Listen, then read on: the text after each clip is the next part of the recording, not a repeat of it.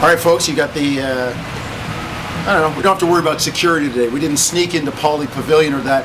As the sun comes out on cue, E and I sitting here at the hotel, you can see maybe see or hear the pool in the background, but be no little light swim tonight for the Raptors.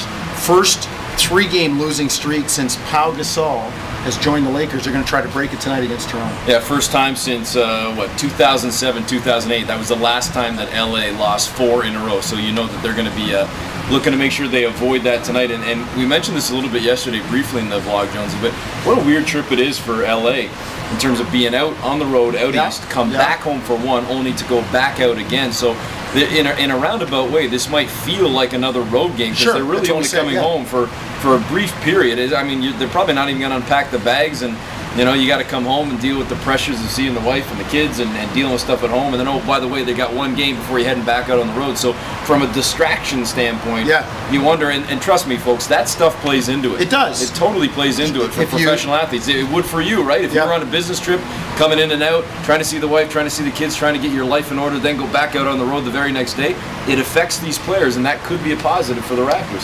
Jay Triano talked about it extensively yesterday at practice, and the quandary is for a team like Toronto, do you stay in Toronto on Sunday and then fly Monday, which gives you less time to get acclimated to the West Coast, or do you do what Toronto did and fly out Sunday, which, as Eric said, puts your focus on, well, I'm leaving and I've got to be packed, and you're thinking about getting away more than you are the game. So he doesn't know, and I don't think anybody knows, but this is the time to catch the Lakers. They're not going well. It is kind of an in and out. Their focus might be, well, a little bit distracted, although having lost 3 in a row, you can bet Phil Jackson's going to try and get him back on track. But the other part of this is, remember at the beginning of the year when the Lakers had 15 of their first 16 at home and didn't have to leave the time zone, let alone the state, for long stretches of time?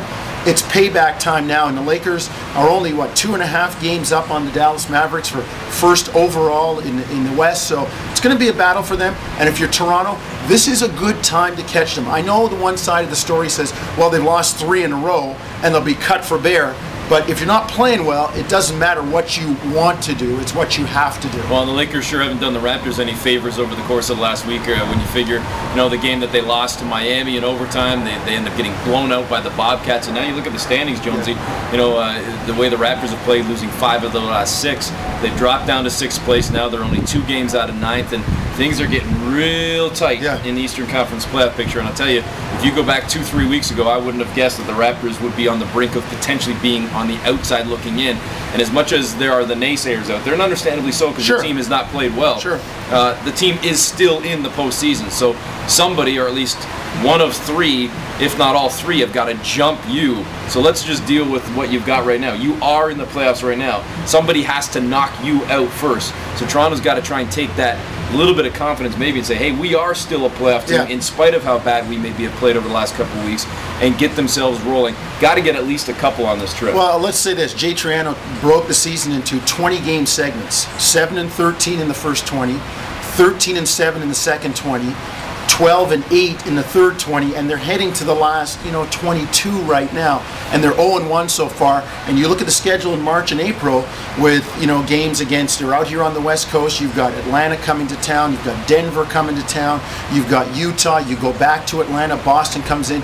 This last 20 will go a long way to determine whether they get in or not. And I say if they do get in, it'll be because of the play in the last 20, and that should set them up for maybe a battle in the postseason, and maybe not as easy an out if they get in as people might think they are. Well, hopefully that's the case. I talked to Hedo Turkoglu, and he was kind of saying similar things, Jones, in terms of getting into the postseason with a little bit of momentum. He admitted if you don't go in with momentum, if you kind of back your way in, that could affect you in the postseason period. Maybe it's a quick out because you just don't have a lot of confidence. But if you're playing well, that confidence maybe carries through, and you might surprise some people. And as for Hedo specifically, he is probable for tonight. I would guess he's going to go, but again, that's just my guess. It's just speculation. Official word from Jay Triano is that Turkoglu is probable for tonight's game. Well, we'll find out when we get to the arena, and E. Smith will give you all the goods. He'll be on the Twitter, and that's it, right? We'll see you tonight. Lunchtime. Going to go for a little walk here in LA, and you'll listen tonight at the arena.